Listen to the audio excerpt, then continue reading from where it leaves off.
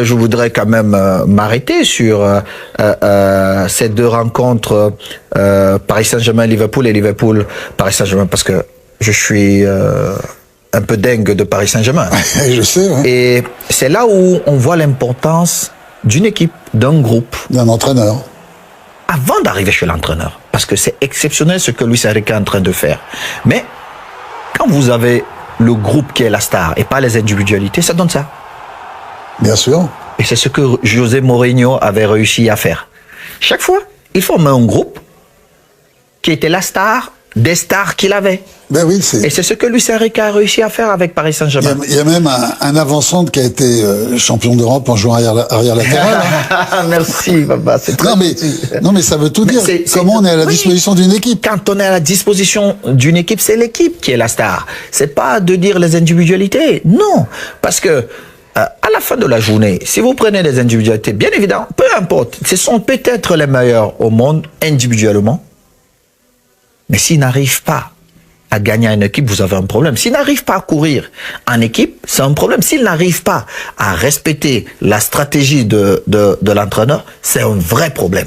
Et ce que Luis Enrique a réussi à faire avec Paris Saint-Germain, pas seulement cette saison, j'ai dit c'est incroyable. Et je débattais en début de saison avec un autre ami passionné du foot et il me disait vraiment, oui, tu supportes Luis Enrique parce que bon, de toute façon vous venez d'Espagne là-bas, c'est vous, tout ça. Je lui ai dit non. Je lui ai dit non. Quand un entraîneur de football, moi je préfère un entraîneur de football qui a son idée de football et il défend son idée. Oui, et puis c'est pas un courtisan. C'est pas un courtisan. Ouais. Oui. Et il va, voici ce que je veux et je défends cette idée-là. Et c'est ce que Luis Enrique a fait. Il vient d'y avoir des matchs de Ligue des Champions entre Paris Saint-Germain et Liverpool et on a le sentiment, peut-être est-ce un peu trop abrupt, un peu trop précipité, que Mohamed Salah, en une semaine, a raté quasiment toute chance d'être le prochain Ballon d'Or et le seulement deuxième Ballon d'Or. Je ne pense africain. pas, papa. Pourquoi vous le dites? Je ne pense pas qu'il a raté toutes ses chances. Et je pense que... C'est qu'il les a compromises quand même. Non? Quand tu es sorti en huitième de la Ligue des Champions. Quand tu es en train de faire une saison comme celle, papa, si on a donné le Ballon d'Or à certains joueurs parce qu'ils ont gagné la Coupe du Monde, je ne vois pas comment quelqu'un qui a été le meilleur sur toute une saison ne pourra pas gagner le Ballon d'Or.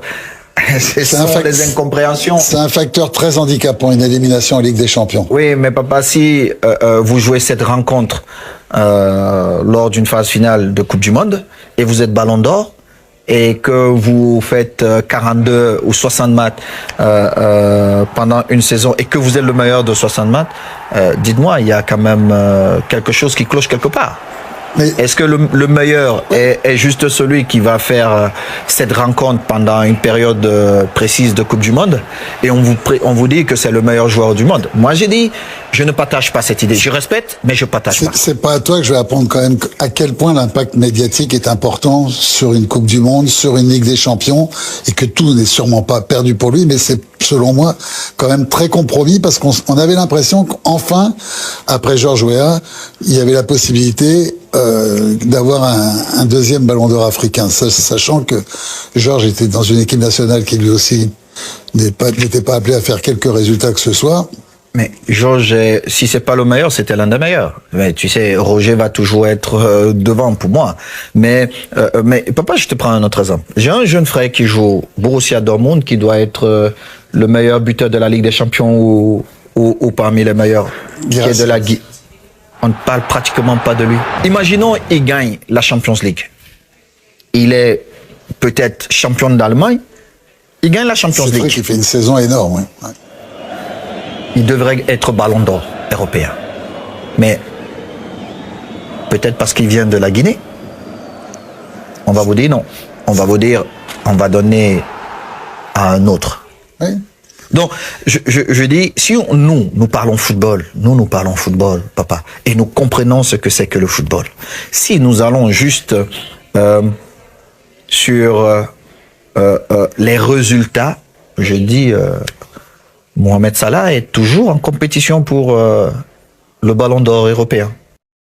Bonjour à tous les amis, j'espère que vous allez bien et que tout se passe pour le mieux pour vous.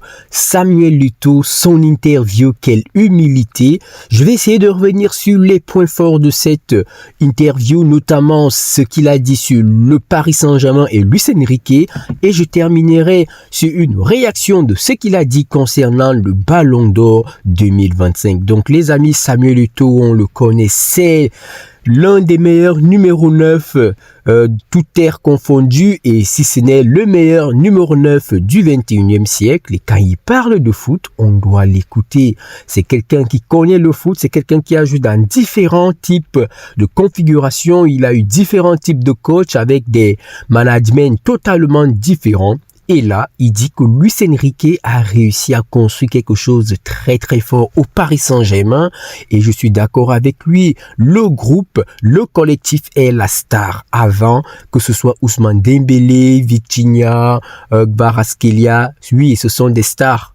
Mais la star du PSG, c'est le collectif PSG. Ce n'est même pas Luis Enrique, c'est pas le coach. La star, c'est vraiment ce collectif. Ça me rappelle un peu Chelsea qui a gagné récemment la coupe, la Champions League. Je pense que c'était en 2021 où on avait vraiment un collectif qui est parti chercher cette coupe aux grandes oreilles. C'est ce que Luis Enrique a vraiment réussi à mettre en place au Paris Saint-Germain et c'est extraordinaire parce que quand on pense à tous ceux qui sont passés avant lui, personne n'avait réussi. On ne va pas essayer de comparer les effectifs d'avant et maintenant parce que oui, avant il y avait Neymar, on s'en fout. Luis Enrique a réussi à gagner la Champions League au Barça en ayant la MSN. Donc ça ne c'est pas ça qui aurait pu l'empêcher au Paris Saint-Germain. Ce que je veux dire par là, les amis, c'est que on a toujours tendance à mettre les stars individuelles en avant le collectif avant le coach. Et là, il dit très bien que si l'équipe n'est pas capable de mettre en place ce que veut le coach, c'est qu'il y a un très très grand problème parce que ça va retomber sur le coach. On dira que le coach n'est pas bon alors que les joueurs n'arrivent tout simplement pas à mettre en place ce qu'il veut. Et c'est là où quand tu as un collectif qui te suit, quand tu as une équipe que tu as construite, franchement, c'est plus facile en fait d'évoluer ensemble et d'avoir la même optique, la même vision des choses et c'est ce qui se passe au Paris Saint-Germain cette saison et on peut vraiment dire que oui, cette équipe peut tout gagner et je pense qu'ils vont essayer de faire le plus beau parcours en Ligue des Champions, arriver en finale. Ça sera super quand on pense à leur début de saison et gagner peut-être la Ligue 1 sans être défait. Et sans oublier bien sûr la Coupe de France qui les tend déjà les mains. Donc oui, je suis totalement d'accord avec ce qui a été dit par Samuel Eto'o et quel respect qu'il a avec le roi. C'est incroyable, c'est incroyable. Bref, maintenant concernant le Ballon d'Or, il y a beaucoup de choses qui sont dites, mais j'ai envie d'apporter une nuance.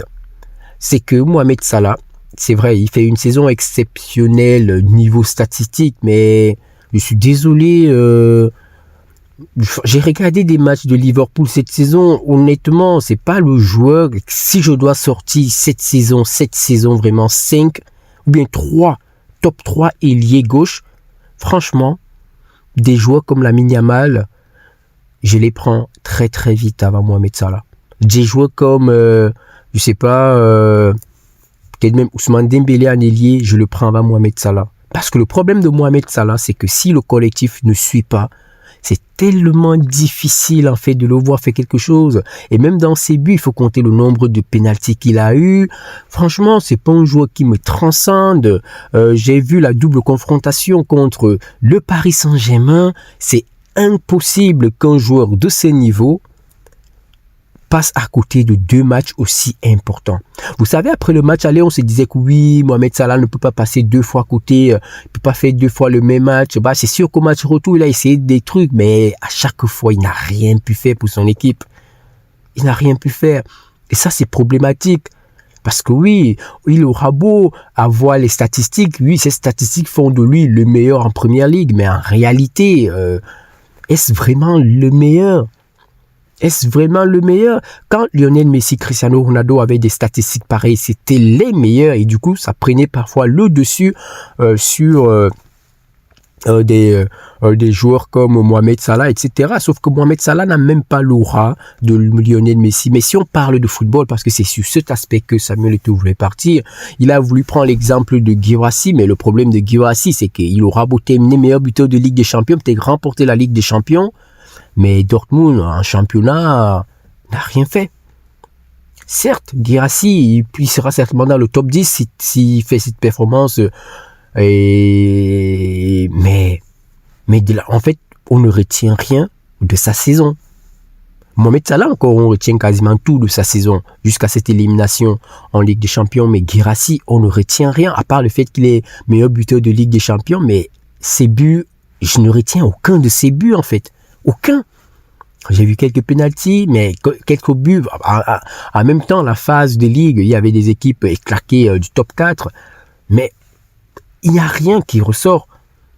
Par contre, des joueurs comme Rafinha, Dembélé, Lamine Yamal, Mbappé, etc. Oui, eux, ils ont des matchs marquants cette saison et donc ça fera la différence. Donc pour moi, le Mohamed Salah, je suis d'accord avec le droit, il n'a pas encore perdu son ballon d'or parce qu'on ne sait jamais. Imaginons si le Paris Saint-Germain gagne la Ligue des Champions, Dembélé prendra. Si le Bayern gagne la Ligue des Champions, Harry Kane pourra le prendre. Si le Barça gagne la Ligue des Champions, les votes peuvent se disperser et du coup, on ne sait jamais. Si le Real, Mbappé le prendra. Donc le problème, c'est que Mohamed Salah reste dans la course, mais ça va être très très très compliqué.